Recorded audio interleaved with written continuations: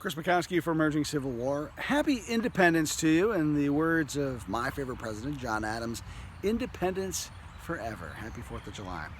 I want to take a second to commemorate the holiday, not just because it's Independence Day, but because, of course, in 1863, federal troops marched into the center of Vicksburg, Mississippi after a long siege that began in the middle of May, and it was a breaking point for the Confederacy, a huge, huge turning point of the Civil War. And here at Emerging Civil War, we have spent a lot of time and attention this week on Gettysburg. And it's like Vicksburg sort of gets the short shrift, as it always seems to do. And of course, let's not even go to Tullahoma, because everybody forgets about Tullahoma, but that also was a huge, huge strategic victory for the Union at very little loss of blood. But of course, Gettysburg gets all the attention, and we've been guilty of that too. And I can tell you this, we have been guilty of it simply because Gettysburg's just a couple hours up the road for me, and it's very local for many of us with Emerging Civil War, so that's why we all kind of go there. And Gettysburg seems to be the high holy days of the Civil War calendar. But I contend that July 4th out at Vicksburg was far more important than Gettysburg. It's just I can't drive over there and do a bunch of videos, so let's be honest about that. But if you look at the strategic situation in the east after Gettysburg, Robert E. Lee is able to successfully slip back into Virginia and basically move with impunity throughout the rest of the fall. Doesn't have a whole lot of strength for offensive capabilities. That has as much to do with Chancellorsville as it does with Gettysburg. The two battles cumulatively have really drained Lee's resources and leave him under strength for a strong offensive blow. But basically, the strategic situation is unchanged. If we look out west, Grant captures Vicksburg, Port Hudson a few days later, and Port Hudson falls a few days later, and suddenly the Mississippi belongs to the Federals, and they can move up and down the Father of all waters unimpeded, which basically snaps into place one of the final key components of Winfield Scott's original Anaconda plan. Severs the Confederacy in two. The Confederacy are going to now have a huge, huge problem trying to get very important supplies from the Trans-Mississippi over into the rest of the Confederacy. So that's going to be a crippling blow. The other key thing that the fall of Vicksburg does is it really unleashes Ulysses S. Grant.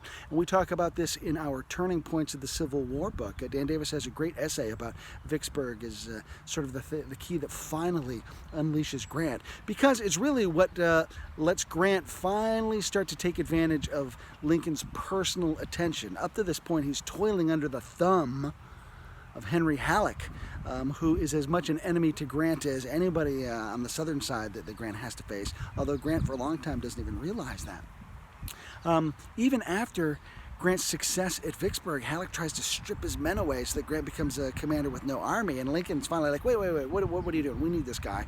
And he brings Grant to more prominence, promotes him in charge of all of the troops out west, and so that is going to eventually lead him to move over to Chattanooga and take over the situation there.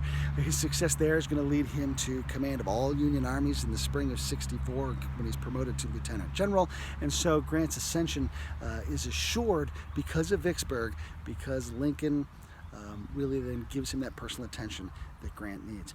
So Vicksburg by far more important in a strategic sense for a number of reasons than Gettysburg. Of course, then why does Gettysburg get so much attention? Well, for the same reason that I gave it a little attention this week, it's close by. Gettysburg is situated near a lot of the population centers, so after the war, veterans are able to visit and come and sort of relive their great victory. That's another reason why it becomes so important, because let's face it, the Army of the Potomac doesn't have a whole lot of positive things that it can celebrate, but it can celebrate Gettysburg. Victory on northern soil comes midway through the war. Doesn't necessarily serve as a huge turning point, but it becomes that way in post-war memory. Tom Desjardins has a wonderful book, These Honored Dead, that talks about that phenomenon, and John Batchelder's works to paint Gettysburg as a turning point, Dan Sickles' work to do that, in essence, as ways to bolster their own personal careers.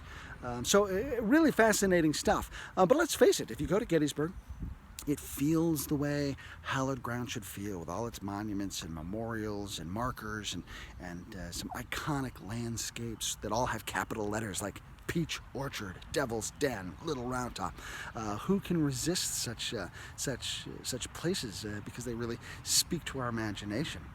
Vicksburg has that same sense. It's a wonderful, wonderful battlefield because it's a little more difficult to reach. Not as many people have gone there, but it also has that same sort of memorialization and monumentation. Wonderful, wonderful place to explore. I can't say enough awesome, wonderful things about Vicksburg as a battlefield, and the Park Service staff out there, top notch. They're doing some really great stuff to reinvigorate that battlefield as well. So if you ever get the chance or you're ever thinking about it, absolutely check out Vicksburg.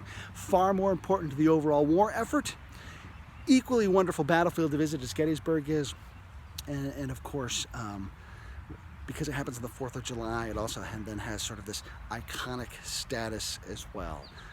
As Adam said, independence forever, unless you're the Confederacy.